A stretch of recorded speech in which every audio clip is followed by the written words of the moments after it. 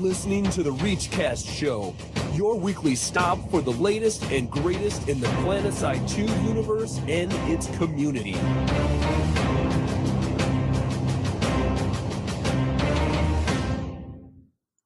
Welcome, everybody. It is March 4th, and you are listening to episode 23 of the ReachCast show. I'm your host, Torkz, and as always, I have my two co-hosts with me, Noxx and Deringer. Greetings. Hello, everybody.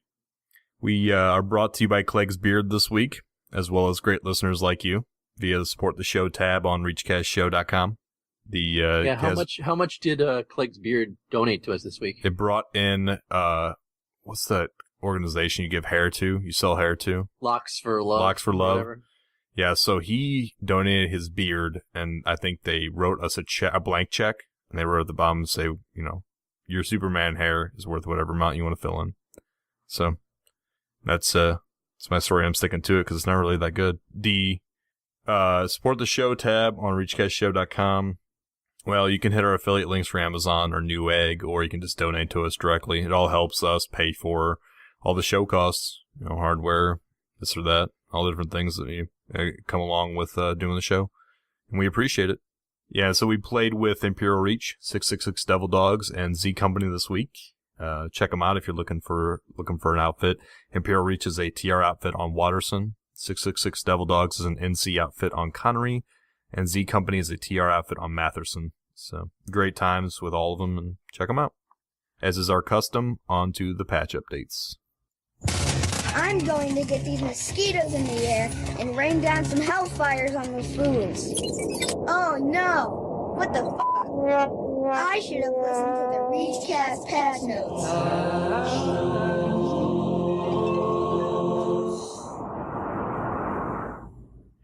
All right, everybody. On 3.1, we had a nice little patch that really introduced something big to the game that's brought a lot of joy and a lot of sadness to a lot of our players. We'll get into that a little later in the show. But these are the new pump-action shotguns, which are available in the depot. These boast increased stopping power in exchange for a reduced rate of fire. The NC got the Claw, the VS got the Phobos, and the TR got the Uppercut. Now tell me the Uppercut's not the best name for a pump-action shotgun. It's an awesome name. I totally agree. The TR definitely got it on that one. I played around with the Phobos a little bit, and boy, when you shoot somebody and they flinch like crazy, I really like how these guns fire.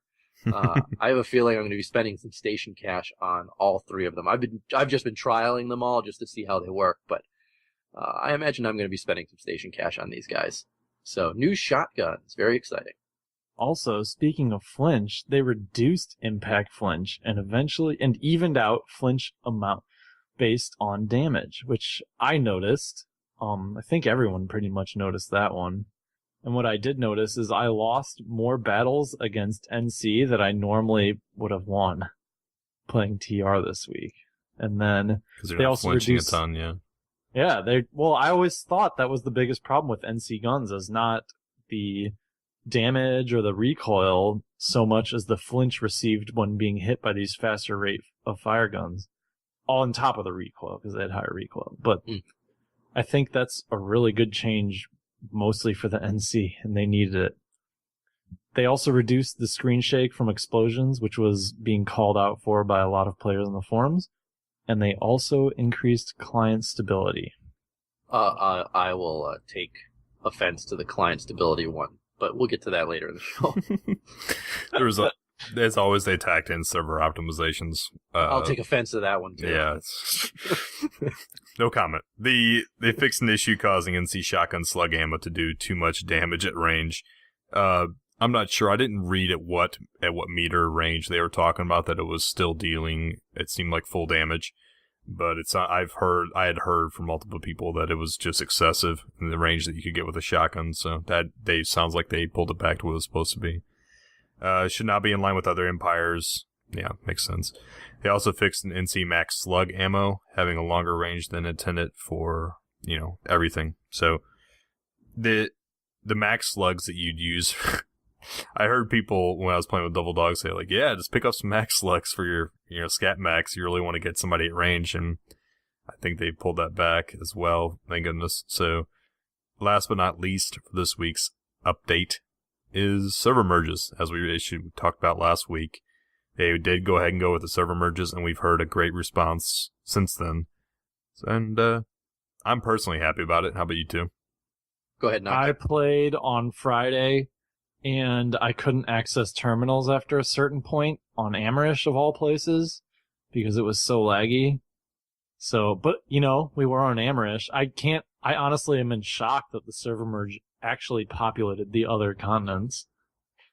I haven't seen it so much that all 3 continents are populated now, but definitely 2 out of the 3 always seem to have battles going on them, which I'm very happy with. It just means I can get into some more tank battles on Esmir. Mm-hmm. Let's dive right into community briefing. Attention, soldiers! Get your butts in here for this week's community briefing. You are just going to thieve Deringer's glory every week now, aren't you? Let's be honest. It's not really glorious. It's infamy. It's more a running joke on my behalf.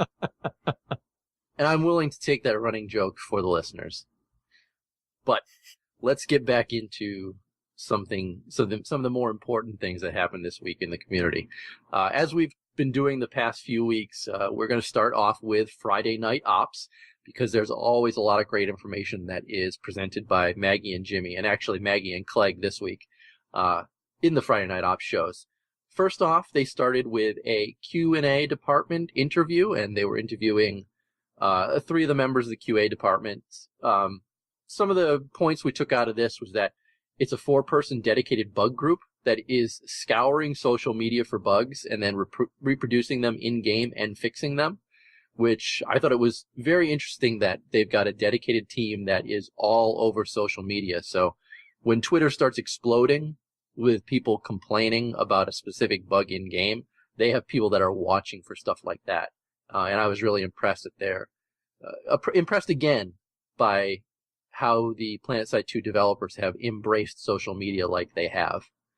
And the other thing that we pulled out of this is that the Q&A department's most annoying bug that seems to keep coming back and biting them over and over again is that recurring flicker bug that I know people are getting now after the 3.1 patch again. So that one is really annoying the heck out of them, as well as us in along the lines of they keep thinking they find it, and then something else causes it, as well as that thing they found. And yeah, I can only imagine. That does not sound fun. Sounds like a nightmare for a QA person.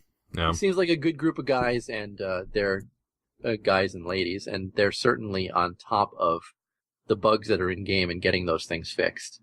I did like them talking about their favorite bugs, though. There was that popcorn bug that they called it. Yeah. Where the tanks would just like randomly pop up into the air and fly across the map. And they had the entire dev team down reproducing it all at the same time. Yeah.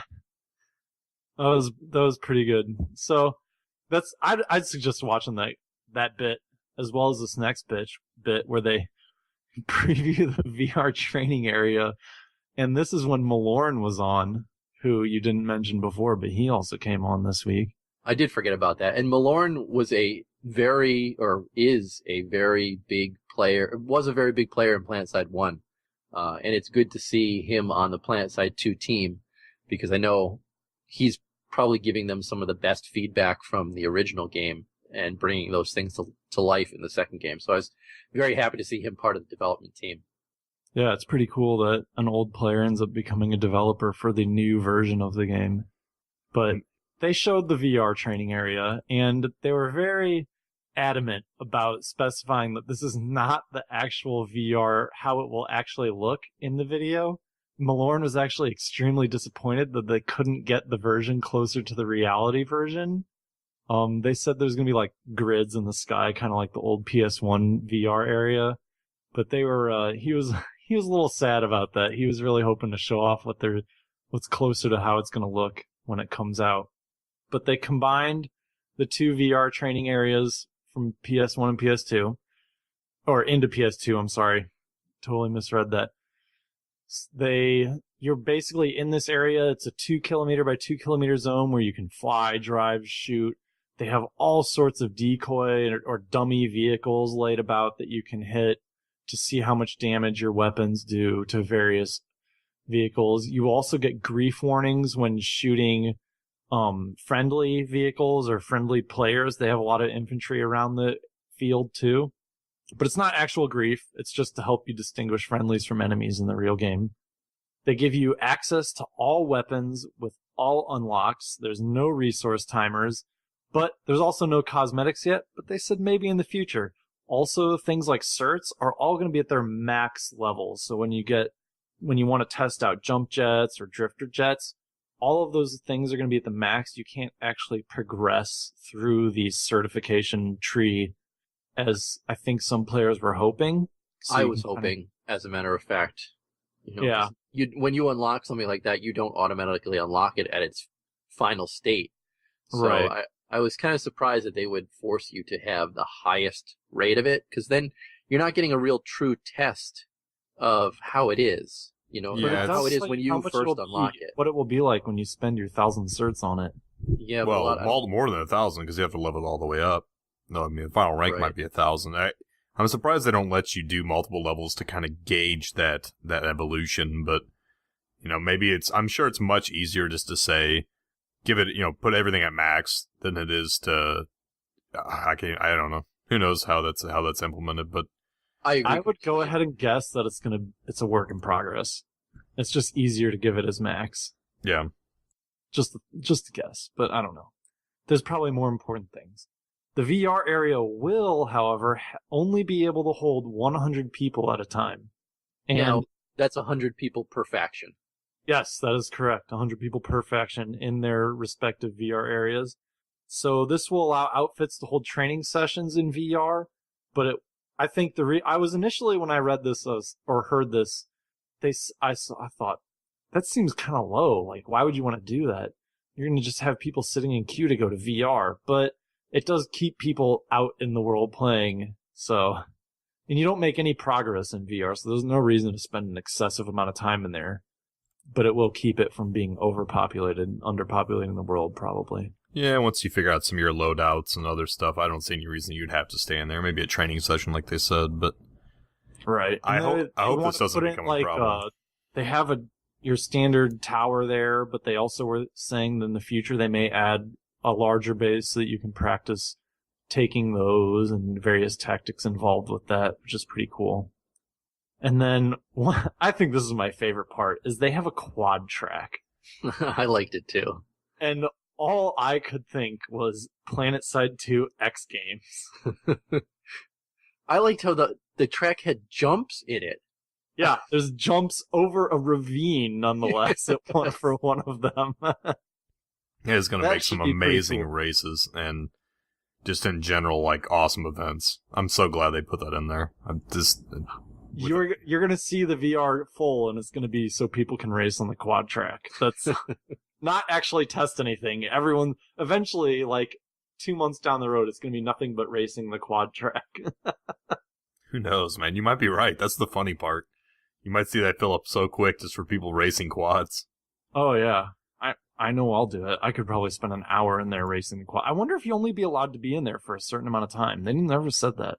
They never said that. I don't think that will be the case.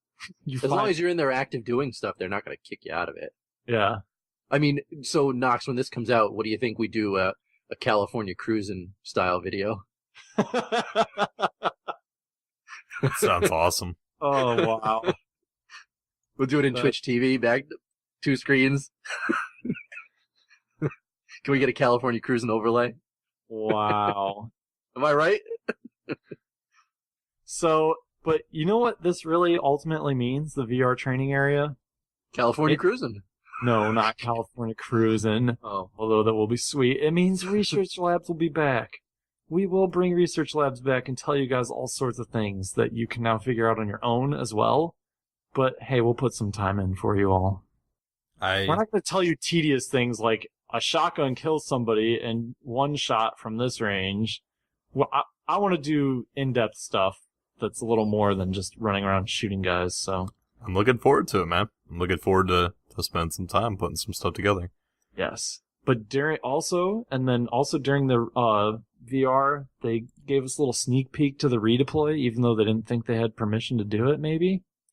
But they had to show people how to leave the VR, which is by redeploying. So they inadvertently showed us the new spawn with the map and how that's going to look. And basically, if you're in the map and you die, a respawn timer pops up and it's the whole map with little circles just like before, basically. So it's pretty slick. Should be a lot easier than having to go back and forth between the deployment map and the other map to see what's going on. Did we mention the tentative release date for the VR? I don't think we did, no. I think it's next week, basically. As far as I know, release date of Update 4. Is it listed in Update 4? It is listed in Update 4. Okay, good. Oh yeah, no, you're right. There it is. I just remember from the video they said that they had it tentatively scheduled for March, but didn't have an exact date. It's a good thing we're in March right now. Yes, but there's a lot of days in March. There are a lot of days in March. Well, the last portion of Friday Night Ops, like we said, Adam Clegg was on, so he spent some time answering questions from the chat room. Some of the things we took away from that is that he said he is currently 100% focused on Hassan. And I thought that was great. So he spent a lot of time talking about how Hassan's going to have some large tree canopies because it's a swamp. And those tree canopies will work to separate air from ground battles and provide a lot of new air cover. I was very excited to hear that. That should add a new dynamic to the ground battle. I'm really happy about this because even Amrish, as hilly and as mountainous as Amrish is in certain spots, you still don't have cover from air in a lot of spots. You know, you're still open. I'll be really glad to see, or I'll be really happy to see what happens with ground battles with Hassan. You know, I'm excited about Hassan because I think that's the planet I played the continent I played the most on in Planetside 1.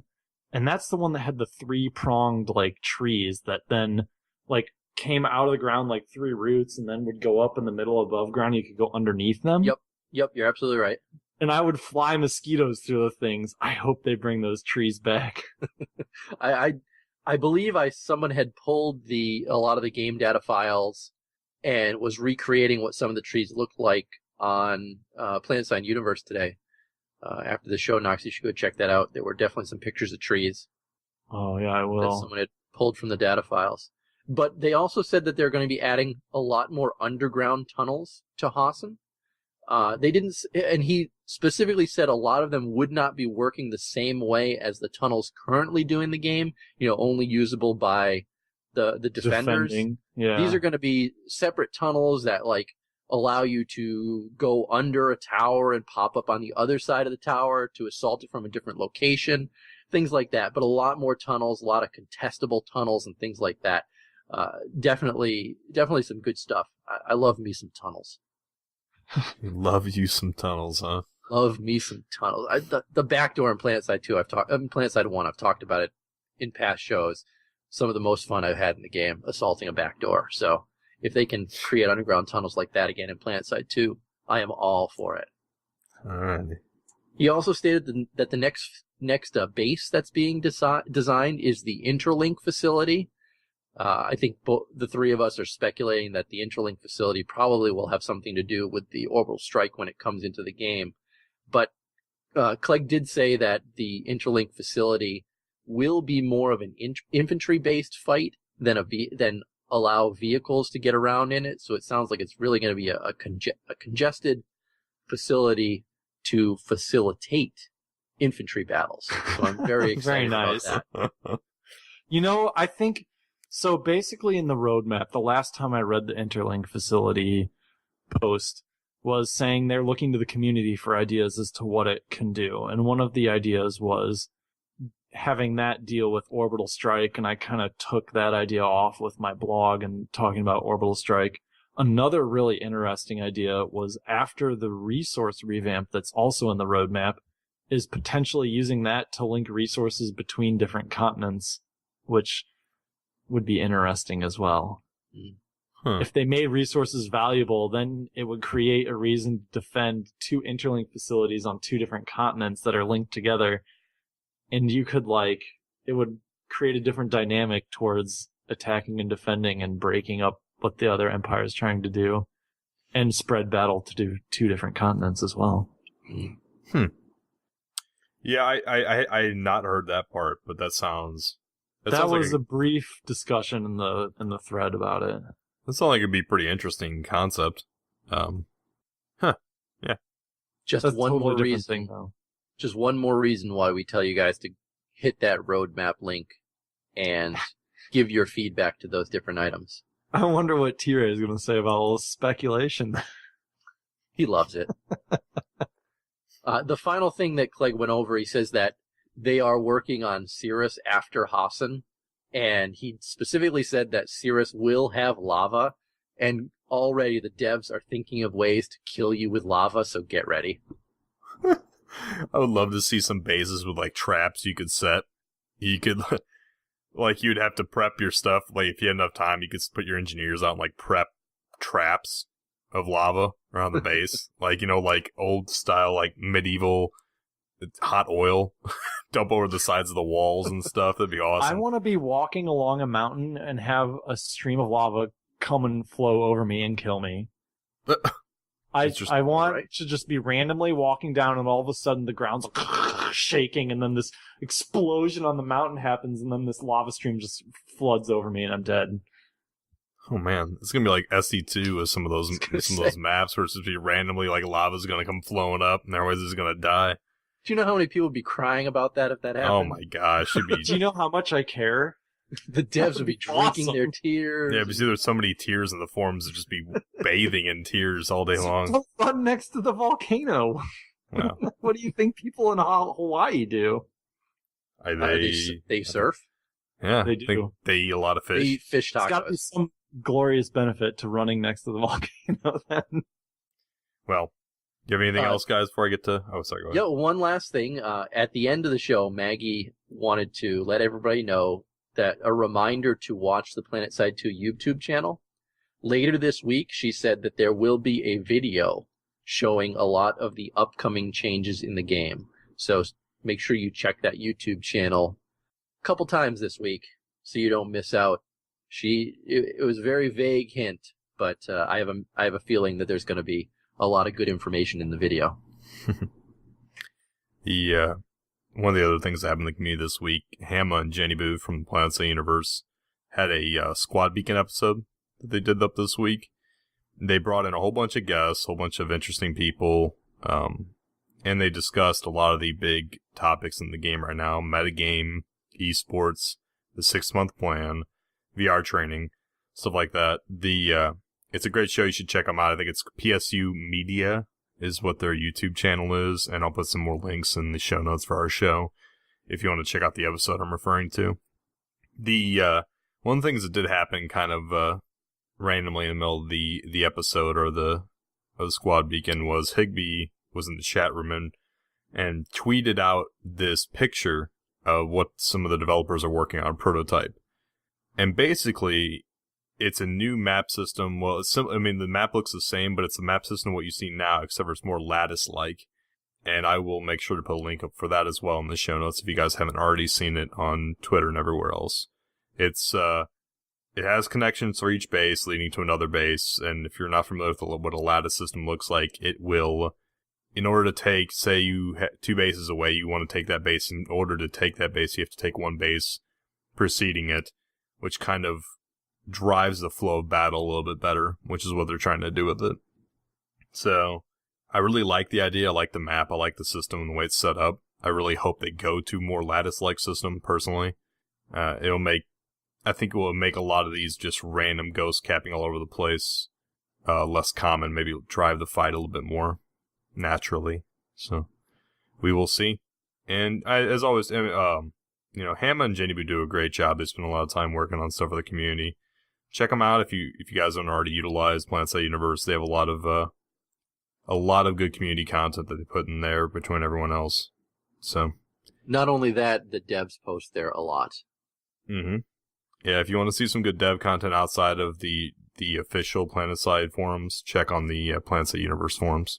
They do post there, and there is some good information. I should probably use those forums some more, but I don't. You should. Moving on forward, though. we have probably the biggest news of the week is the game update for preview, tentatively for next week. We will see about that. But there's a lot of stuff in here, a lot of really good and cool stuff in here. When you say next week, you mean this week. That is correct. That does mean this week, the week of the episode, but we'll see. I'm kind of excited. There's some pretty cool stuff in here. Some initial notes, though. Game updates, you can expect them to come every 2 weeks.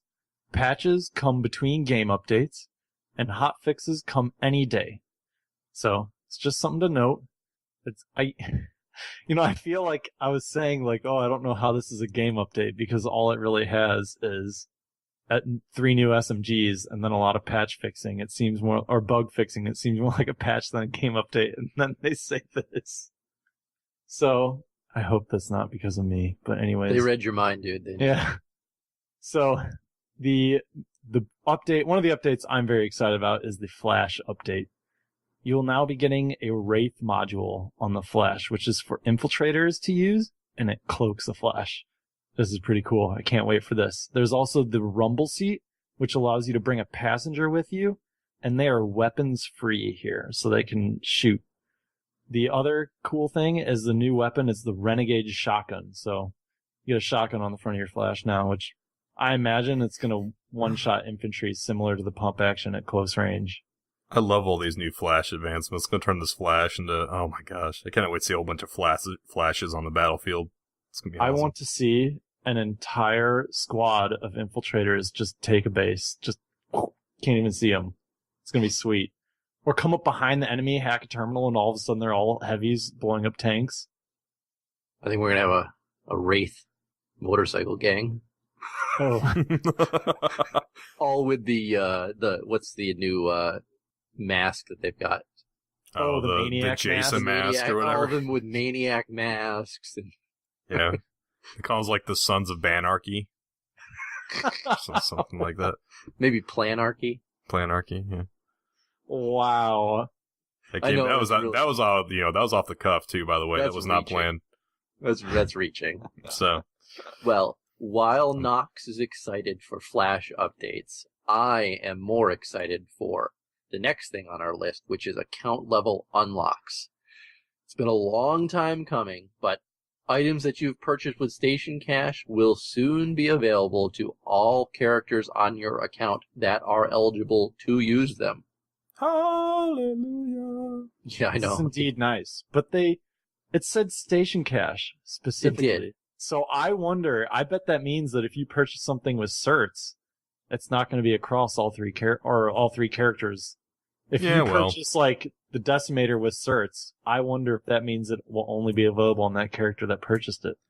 It sounds like they're only going to make Station Cash purchases count wide. Well, see, most of the things that are account wide and shared by all of them are stuff like skins and vanity items that are only purchasable with Station Cash. So I wonder if it was just a mistake or if that's actually the case, what I'm theorizing here. Yeah, it's probably much easier to separate purchases you made with Station Cash versus what you bought with all of your certs as well.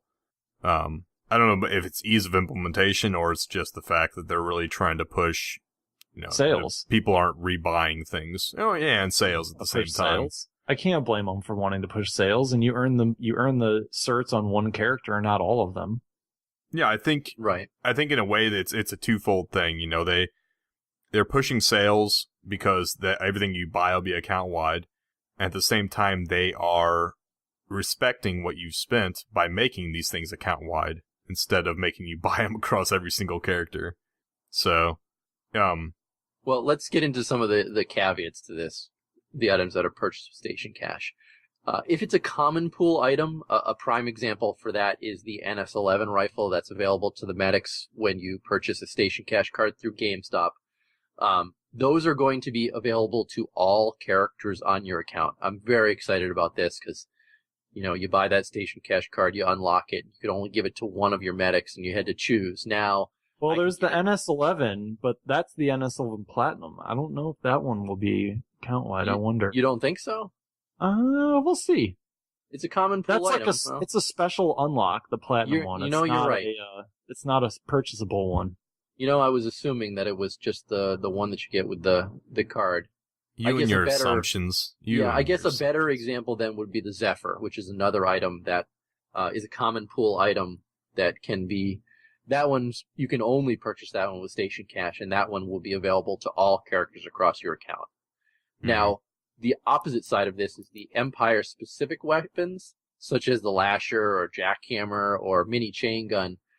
Those will be available to all characters of the required faction on your account, and that kind of makes sense. Yeah, it does. It makes perfect sense. So if you buy the Lasher on your Vanu character, that does not mean you're getting the Jackhammer or the Mini Chain Gun on your other characters. You are only getting the Lasher.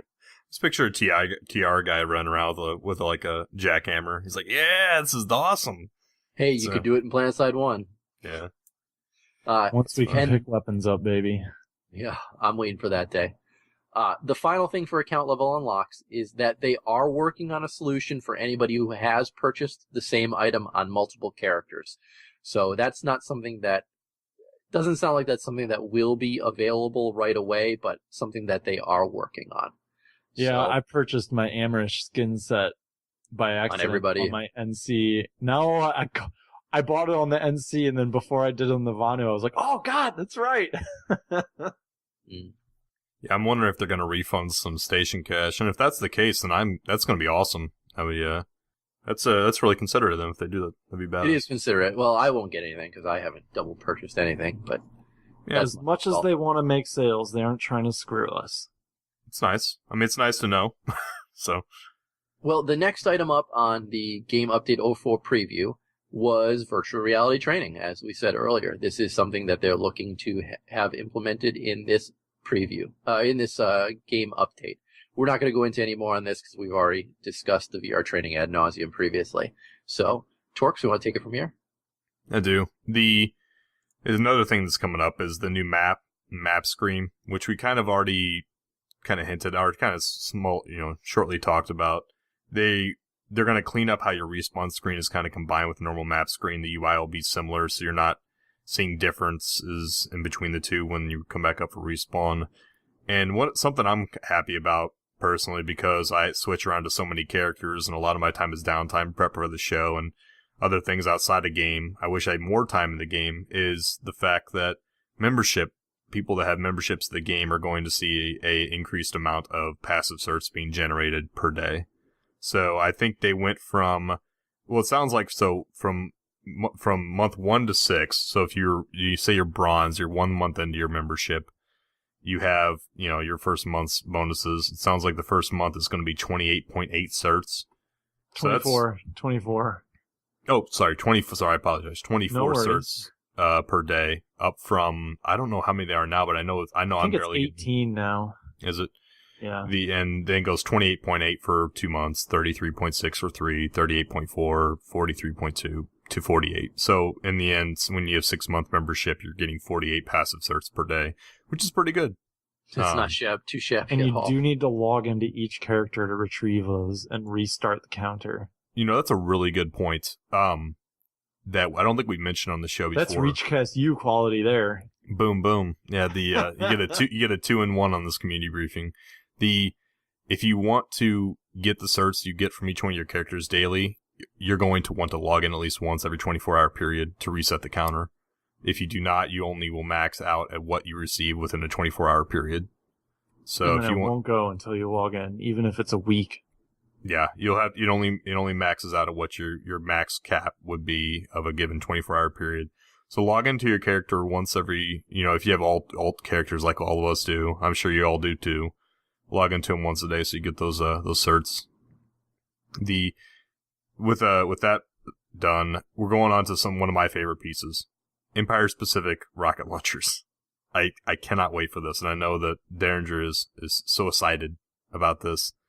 Don't make people too excited, because it's supposed to be in the patch following Game Update 4. I don't know why they put it in the Game Update 4 notes. I was getting to it. You're getting so excited about it. I had to calm you down. That doesn't mean I'm not. I said I can be excited. It's not going to be in Game Update 4. as Sadly. Noxx said. It's going to be what they specified was going to be the week after Game Update 4. They'll release these Empire specific rocket launchers. We just shouldn't even talk about them then. Let's just skip to the next thing. Man, you're killing me. I'm so excited. I'm not really excited anymore. All his excitement away from him. Now that it's not going to be released with the Game Update 4, I'm not excited anymore. I'm still talking about it. I don't care what you think. The VS have theirs, and it's going to be a super precise rocket launcher that has a charge up capability to it. So the longer you hold down, the longer it'll charge up. I'm wondering what the max damage it's going to do is. They haven't said yet, but I'm wondering if you can one-shot a tank if you hold it there forever. I'd be interested to see. I doubt that. Because I think that would be a problem. Hide behind a rock, wait for it to be almost done, and then pop out, and boom, no way. Yeah. If I had to speculate, which I know I shouldn't, I would imagine it would do something similar to what a current tank round probably does. I guess we'll see. Maybe not, because maybe the single shot without even charging it up would do something. I don't know. I shouldn't speculate at all because I'm going to have to wait until it comes out and we can test these things. The good news is when these things come out, hopefully the VR training room will be out so you can just hop in and test that stuff out for yourselves.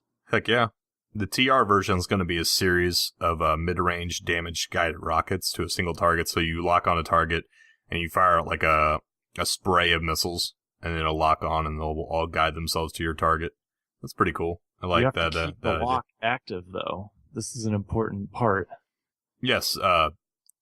Good. That's a good caveat. Good point, Noxx. You need to keep your target on. You need to keep your crosshairs on the target while the missiles are en route. So, I think that's a pretty cool little idea.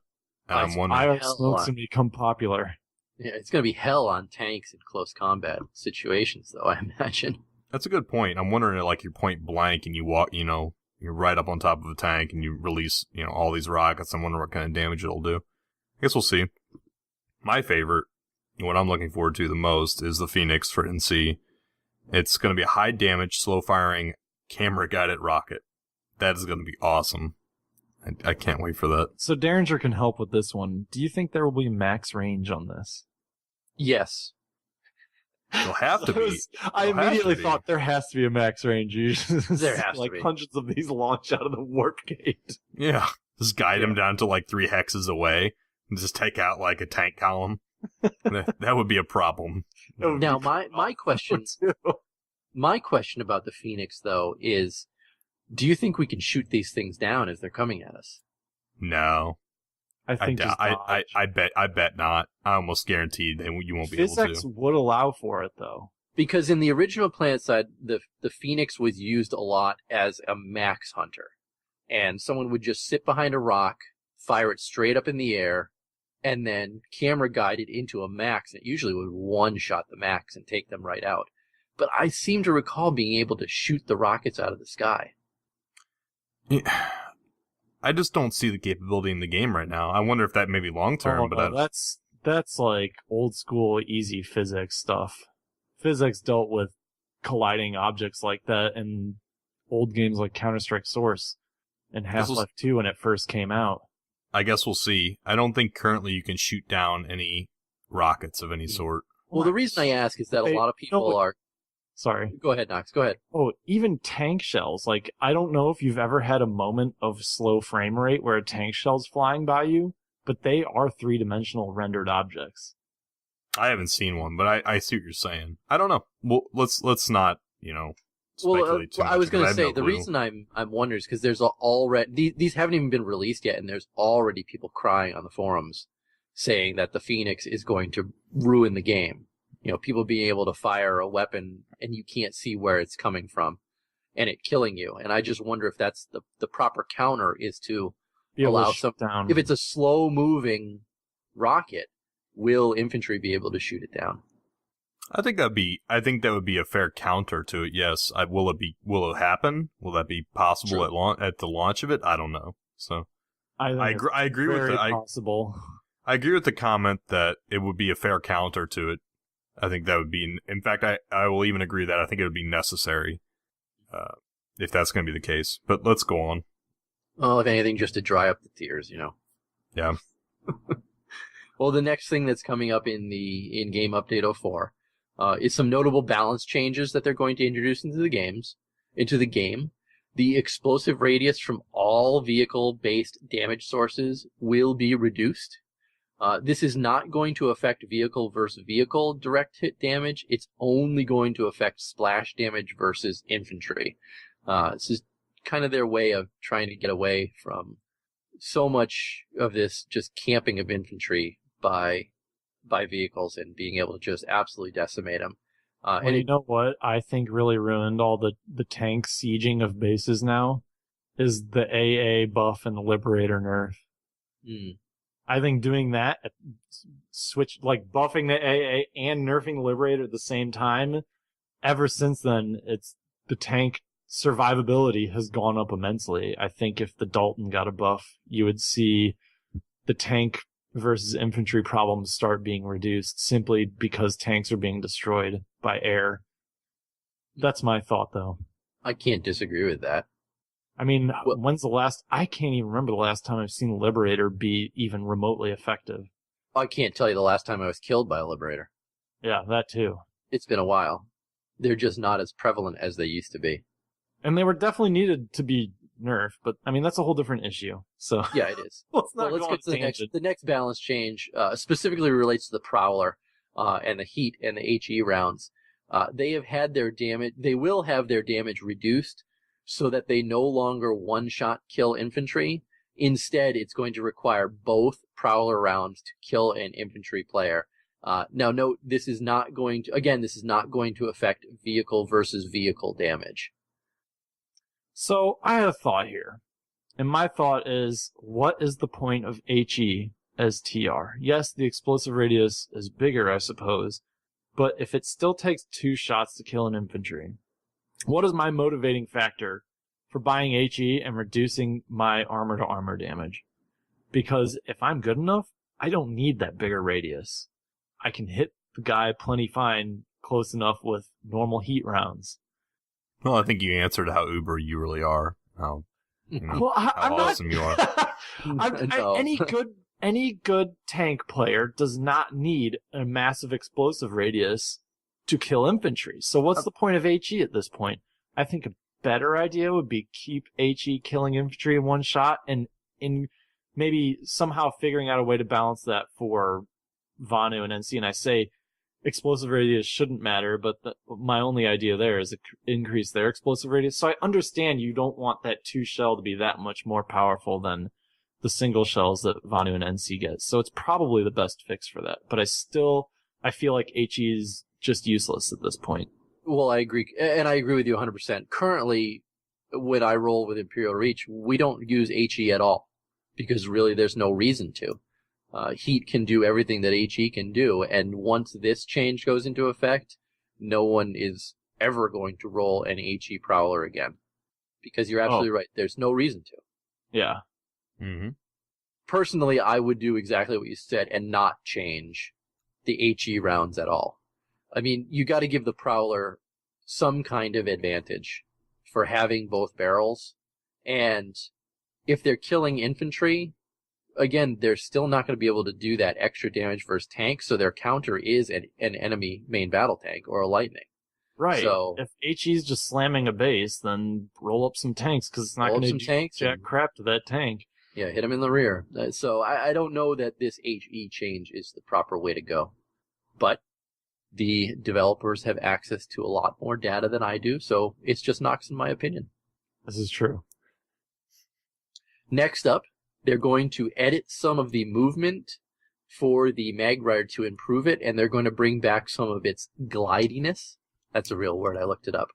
But not its ability to climb every hill in the game. So they're looking to tweak it to bring the Mag Rider back to how it felt before the Great Mag Rider nerf of 2013. They're also looking to increase the torque for all main battle tanks, so they don't slow down as much when they're going up inclines. And again, this is just something to keep them all so they all feel the same when they're going up inclines. And that's really it for Game Update 04. I think I can speak for the three of us when I say we're really excited for this one to come out this week. Very it's much gonna. so. Oh yeah, count. I've been waiting for it so I can re-roll my NC character on a different server. Mm-hmm. Okay. There was a good guide put up by a guy named Slugger this week. The Light Assault Intel Brief should I think it's on the launcher still, so you should be able to see it there if you guys want to check it out. I'm not going to cover it in depth, but I do want to say it's a great vid, and he has some very good points that he lists out in there. So check it out. Two things that are very important, he says, and they're very just to the gameplay of light assaults in general. Make sure to utilize high grounds with your light assault that other people can't get to. It seems common sense, but it is true. And use your jetpack to its full advantage in every combat, not just for movement, but for during the fight, after the fight, and getting positioned before the fight. Definitely utilize your jump jet to its fullest. Players who complain about light assault being not good don't use the jump jet, is all I've discovered. Yeah, the light assaults are very good in certain situations, like every class. So, if you like them, I mean that's my bag. I always play LA, and it's very good, and it gets me in some trouble in certain spots, but it's very good in others. You just have to be versatile when you're on the battlefield, but they can be very effective. I'll just leave it at that. I do hear with the new shotguns, they're pretty beast mode too. Yeah, I'm sure. Well, That's next up, we wanted to go over a post on the forums put up by Compass, and it was his post was basically something about a main battle tank score per hour for the week of February 22nd to February 28th. We wanted to thank Lusty Dens for pointing this one out to us because we all kind of missed it. But there's actually a lot more to what Compass has posted, and we wanted to just take a minute to go over some of what he's actually been putting together about Planetside 2 statistics. He's got a link to a Google document inside this forum post, and being the stats and numbers guy that I am, I love what he has put together. It's pretty awesome. He's just got so much information. If you ever wanted to know how many characters there are for all three factions and what the percentage across all the servers are, he's got it. If you want to know how many of each rank there are, he's got it. If you want to know what the spread of ranks per faction is, he's got it. If you want to know how many new characters are being created a day per faction, it's there. Active characters, server activities, score per hour, information on main battle tanks, enemy fighters, maxes, server distribution. There's just so much data here, and all accompanied by some great charts. I think my favorite ones, are the ones where he's got the new character one. Because on last week's show, we had gone over a post how Vanu felt like they were losing a lot of characters, and a lot of people were switching over to playing NC. And when we looked at the faction activity chart, it was insane. That's exactly what people were saying. It's exactly what people are saying. The TR numbers have stayed static, but NC numbers just before February 1st started to take off, and the NC numbers started to decline. And it's all right there in a chart for you to see. Again, we can't do this post justice. You really need to go check out the post and then hit that spreadsheet and just see all the data that's out there. And I guess we're assuming that he must have pulled this all via the API. That's the guess.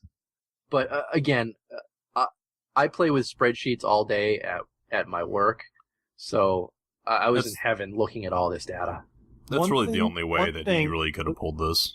The reason this thread was spawned, that we found this, is I feel like we should still point out the point of the thread, which was that despite all the Vanu crying about the Mag Rider and Prowler differences and the Prowler being so much better, the score per hour was less than 100 different.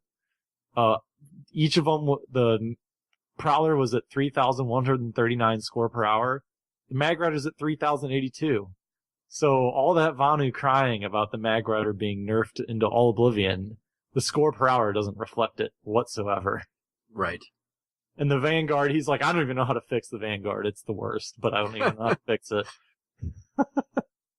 He had another thread about how to make changes to the MBTs, which actually some of his proposed ideas, I don't know if it was in response to his post or just SOE and him naturally arrived at the same conclusion, but the game update for MBT changes reflected some of the things he had said in that other balance post, and that's where he said, the Vanguard, I don't even know how to fix it. It's not as good. It's pretty clear, but how to do it, don't know. And can we all agree that Compass has the best signature in the game? Yes. Oh, by far. For those who have not seen it, he's in a light assault, and he's falling in the sky, heading down towards a Liberator, slows his descent long enough to throw C4 on the Liberator, and then falls past it, and pulls the trigger and blows it up in midair. It's one of the greatest videos I've ever seen. Better than the Harlem Shake. There, I said it. I agree with you. It's pretty awesome. All right.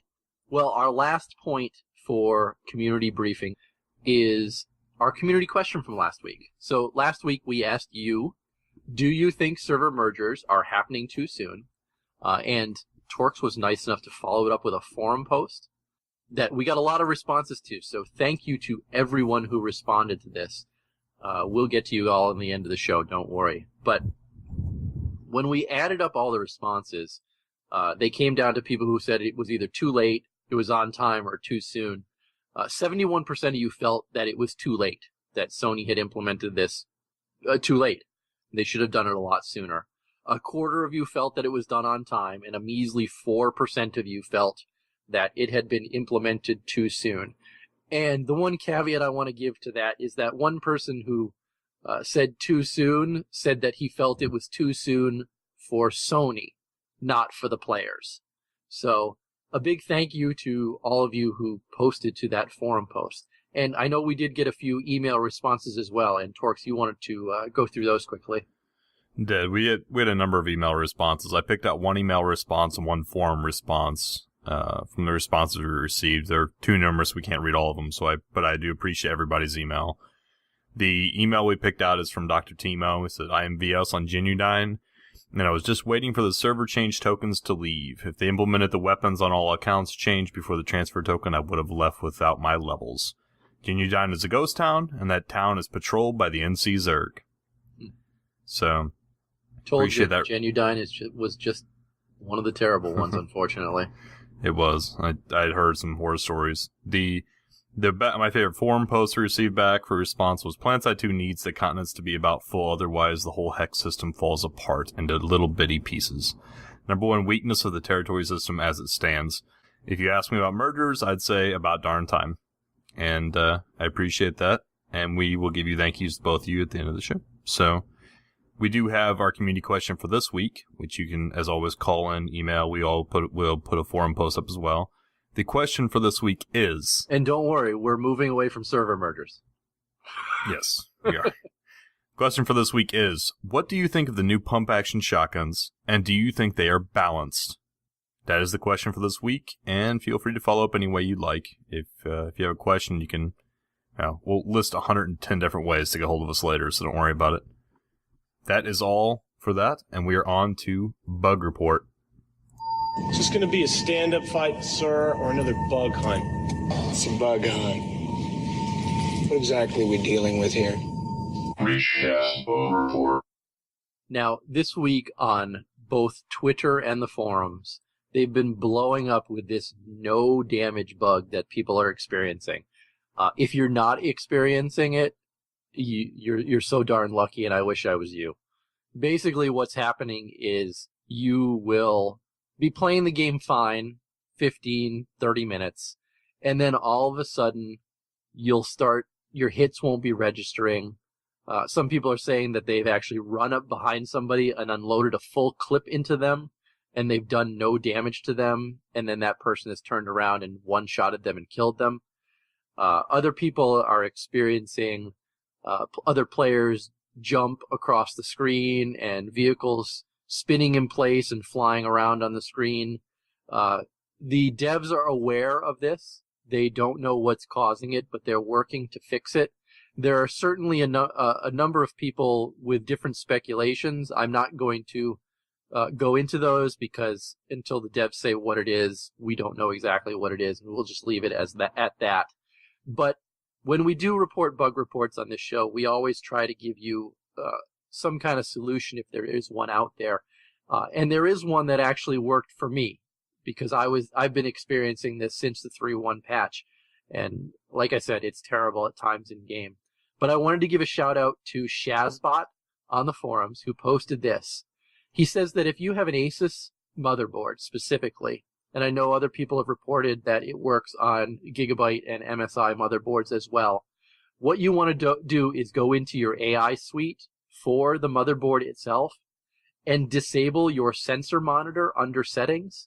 While you won't be able to monitor your temps or fan speeds anymore, it does indeed actually fix a lot of this no damage issue and jumping people that's going on in game. And I think just about anybody will trade playability for not being able to track your temps and fan speeds until a fix is implemented by the devs.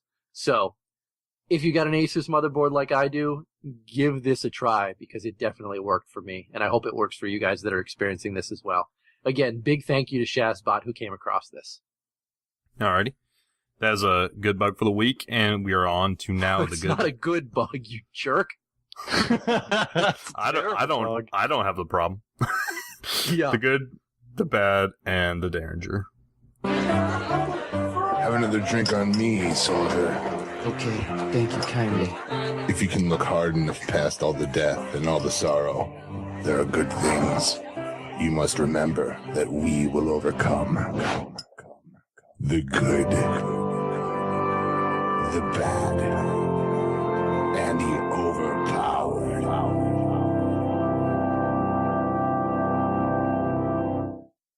Alrighty. My good for this week is my son watched me fly around a couple different ESFs, and by the way, that kind of means Empire Specific Fighter, if you guys don't know. And he really enjoyed it, and now is flying around ESFs.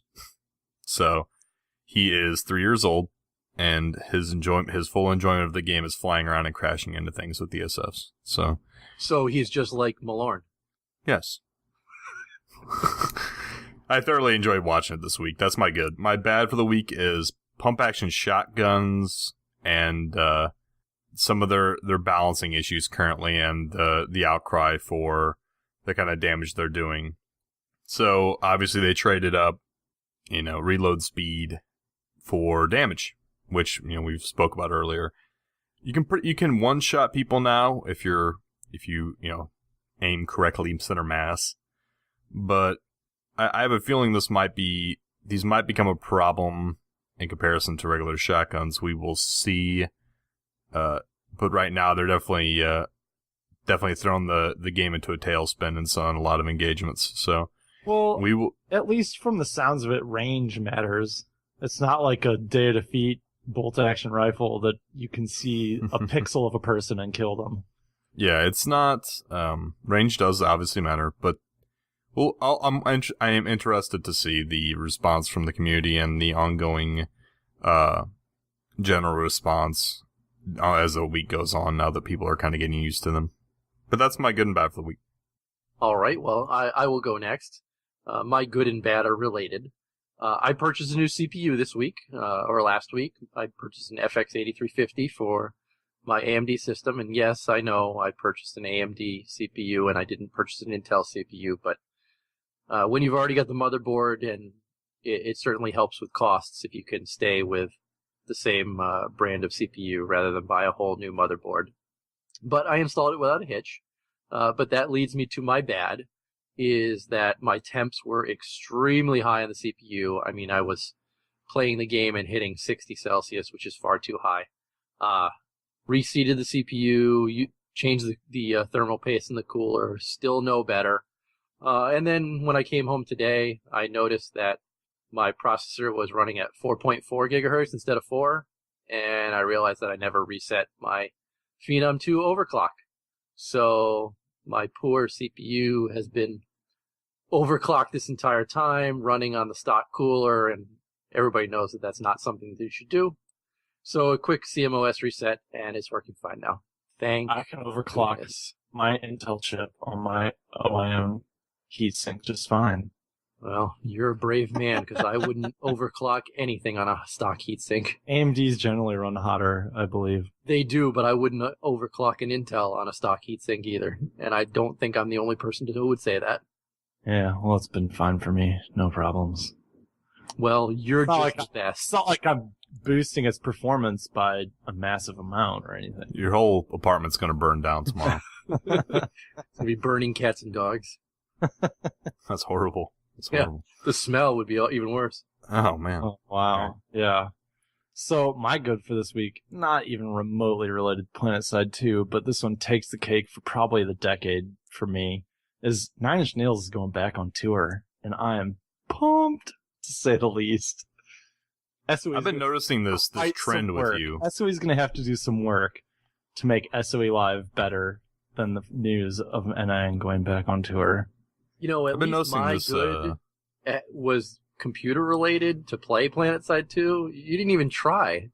Well, you also got to remember... This takes the cake for the whole year, easily. So it's 2 weeks in a row he's done this, so don't be surprised. He you know, it's a trend. It's a trend with him. With me... Did you say a Trent? Personal life. A Trent? Yeah, I think it was kind of a trend. I think it'd be more appropriate.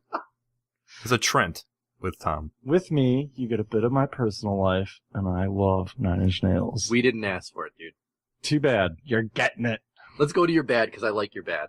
Oh, so my bad is, like, I laughed, and I thought this was awesome. And it's not really a bad, but it's a bad because I got tricked. Like, tricked in the most humiliating way. So, this guy on Watson, named, I guess, Jokey or Jockey or Jokkie, pulled the most amazing trick, and I've yet to try it, but I'm going to do it. And what he did is he placed rather than being a lamer and placing the landmines on top of my lightning, he placed them behind me. He then proceeded to run around to the front of my lightning and run in front of me, between me and the prowler I was in front of. And in order to avoid him, because I thought he was going to run up and place landmines on top of me, and to not shoot my teammate, I drove backwards into the landmines behind me. Just reaction, oh god, enemy, scoot backwards into landmines, and he tricked me, and it was awesome. I messaged him, I was like, dude, did you put landmines behind me knowing that I would move backwards when you ran there? And he said yes. And I thought, even if he was lying, it was still awesome. He's a genius, let's face it. I need to try this trick and see if it works. It's the best tactic I've heard all week. It was really fun. It was pretty cool. I thoroughly enjoyed it. You added one other thing, say why he did it. Why he did it? Camo. Might be a hint. Sorry, yes. He said he did it to me and not the Prowler because I had camo and the Prowler did not, so I was a bigger threat because of my camo. So, if you buy camo, be known. You are being hunted. Let it be known. Now, I just want to point out that last time Noxx and I ran armor together, he made fun of my tank because it didn't have camo. Survivability, strategy. You're the only one without camo. Uh-huh. And this is why I don't have camo. Well, I think it was Evil Pig. He was saying it. Yeah. About Max's. He was like, who do you think they're going to shoot at? You with all your camo and extra armor, or me with nothing? And he's totally right. Absolutely right. Mm-hmm. He's totally right. After he said it, that's when I took the camos off my tanks. It's the cost of looking like a total BA. Okay. That word, it's not a very offensive. I hate that word. I hate that. No, I don't care if you say ass. I hate BA. I don't care if you say ass. I just don't like, I can't stand the term BA. Okay, well, it's the cost of looking like a badass. There you go. I don't know if you're going to bleep me or not. No, I don't have a problem with ass. Never mind. We won't go into problem my bleeping problems.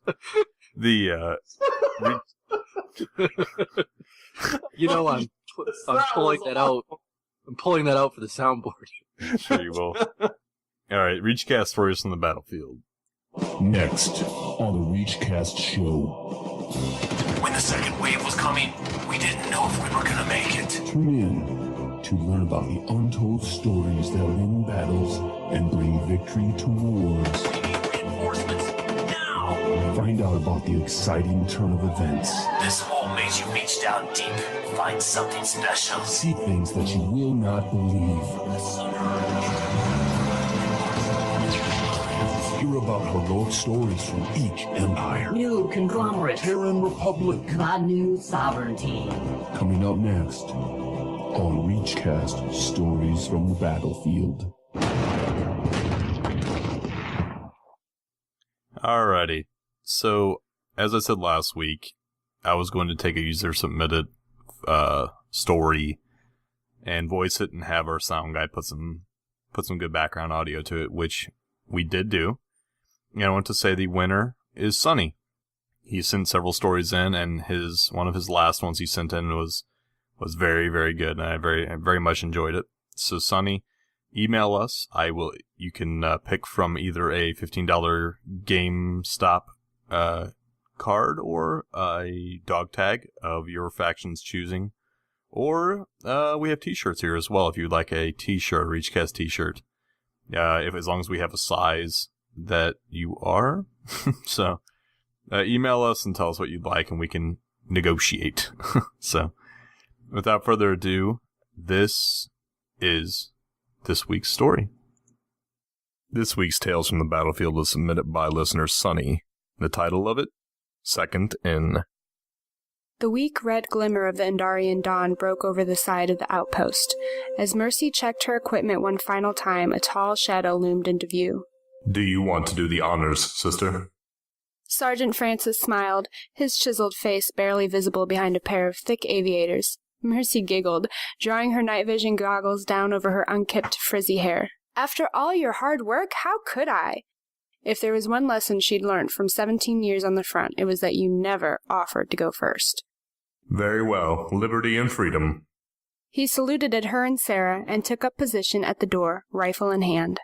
Prepare for entry, crackled the sergeant over the radio.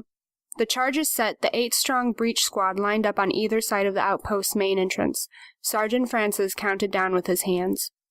The iron door thundered into the hall, crashing into a set of shelves on the opposite side. The lights stuttered as the squad piled in, moving in twos, covering the angles, watching for movement. Mercy trailed them cautiously, hugging the walls. The only sound was the grumbling rotation of a distant generator. Clear! Shouted Francis, lowering his rifle. Lights out. Ambush. Fizzing purple beams of intense heat incinerated the exposed group. Shouts of cauterized soldiers erupted from the open space, the blinding pulses melting through their hardened composite armor like butter. The deep smell of molten metal enveloped the room as the squad desperately limped for cover. Mercy, still calm, watched from behind a control console. In amongst the flashes, she saw the monstrous Max unit looming over a balcony, twin quasars glowing white. Suddenly, she bolted through the moaning, smoking casualties and leapt acrobatically to the underside of the ledge, swinging up with one hand. With hot sparks raining down upon her head, she slowly hauled herself upwards. The Titan stopped to reload. Activating her cloak, she hurled herself over the rail without a sound. Opening up with the second clip, he was oblivious to the small assassin clambering on top of his jagged backplating. Reaching head height, she slipped out her silenced pistol. "Shh, sleep now," she whispered, and pushed the weapon into the side of the young trooper's skull. The single shot blew out the interior of the helmet, and the giant clattered forwards onto the rail, bending it almost to the floor. She leapt back to the ground. The room was quiet, the conglomerate troopers mostly flat and moaning on the deck. The second Vanu Max unit blackened and hollow from the blast of Sarah's C4. "Plan B," she nodded as Mercy vaulted past. "For Vanu!" shouted Trey and his companions.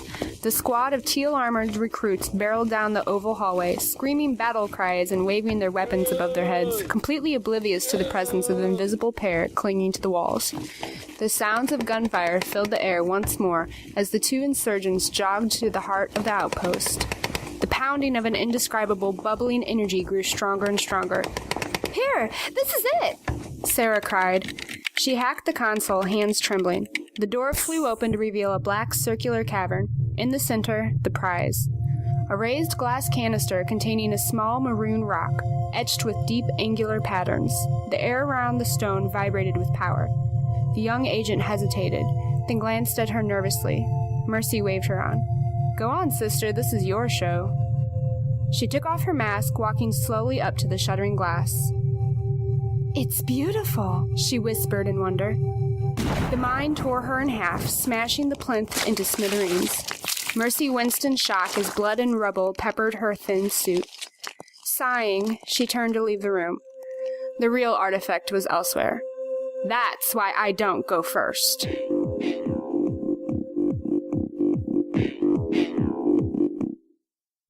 All right. That was this week's Stories from the Battlefield. No, I did not read it. I am a little disappointed there is no Spitfire in the background of that one. I know. I did, however, like the ReachCast music. That was awesome. Yeah. The story was more female narrated. It sounded like to me by reading it, so I had my fiance read it, and that's who that reading was. I thoroughly enjoy a lot of the sound bits that he put into the notes he sent to me. It was well written, so good job, Sonny, and thank you for writing such a good story. Hit us up if you would like your, reward. You earned it, dude. You earned it. Yeah. Oh, by the way, Sonny, I know you didn't put the part about Trey and his companions in there, but I am proud a little bit, so I appreciate, We always got to take a knock, right? Mm-hmm. It's artistic license, right? Mm-hmm. Yeah. So, on to ReachCast mailbag. Oh, it's a perfect morning. Great timing, the mailman's just coming. Morning. Here's the mail. Big bag, big bag. He must be ready to get away. Very strange. What's the sticking sound? Going to take a look here in this bag of mail. Oh no! Now you just open the ReachCast mailbag. Alrighty.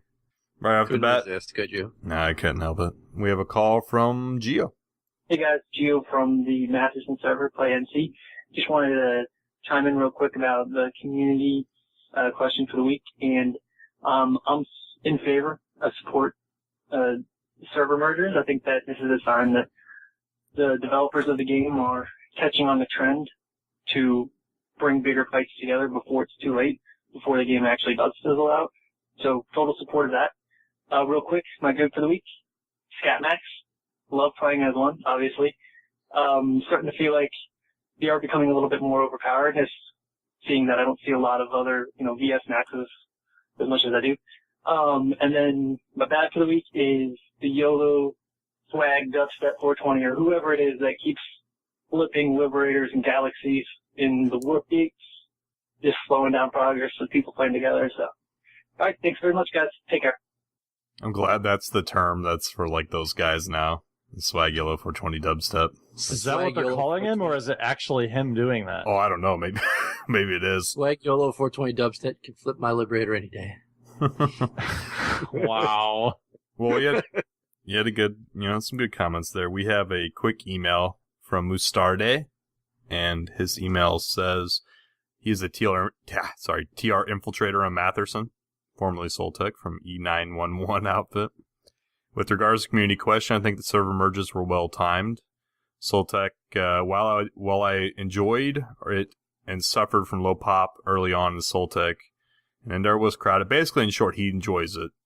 He's happy that they did it, and he said that we're right in a certain extent that SOE could have done it in a different way.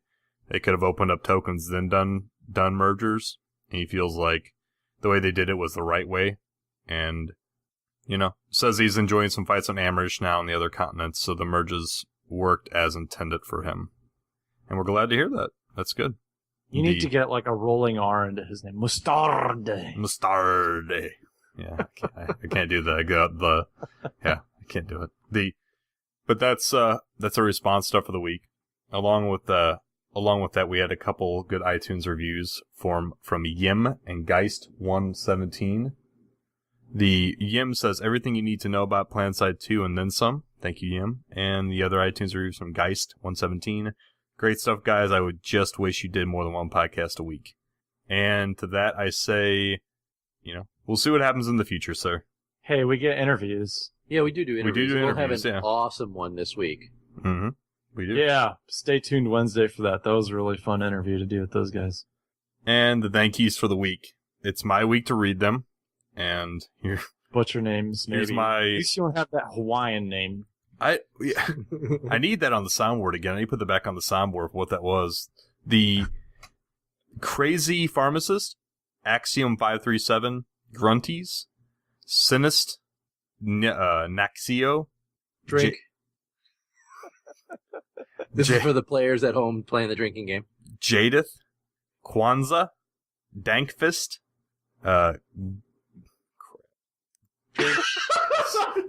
I know what he's thinking in his head right now, and it makes me laugh even more. Gavin. Drink. Wow, that's not even close. Drink, yep. Harbinger. That's like 2 shots. Harbinger, Blue Ice, and D Spirith. Thank you guys for your reviews, Twitter, forums. We just want to pick you guys up because you put in some good information. And that leaves us with contact info for the show, which Deringer will read to you.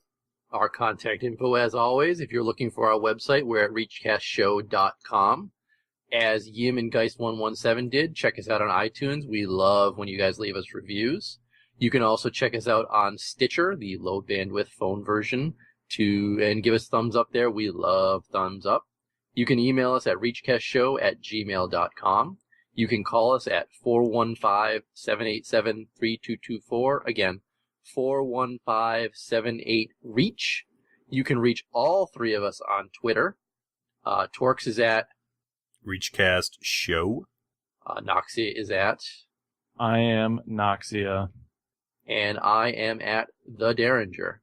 We also want you to check out our Twitch TV channel, which is twitch.tv/ReachCast.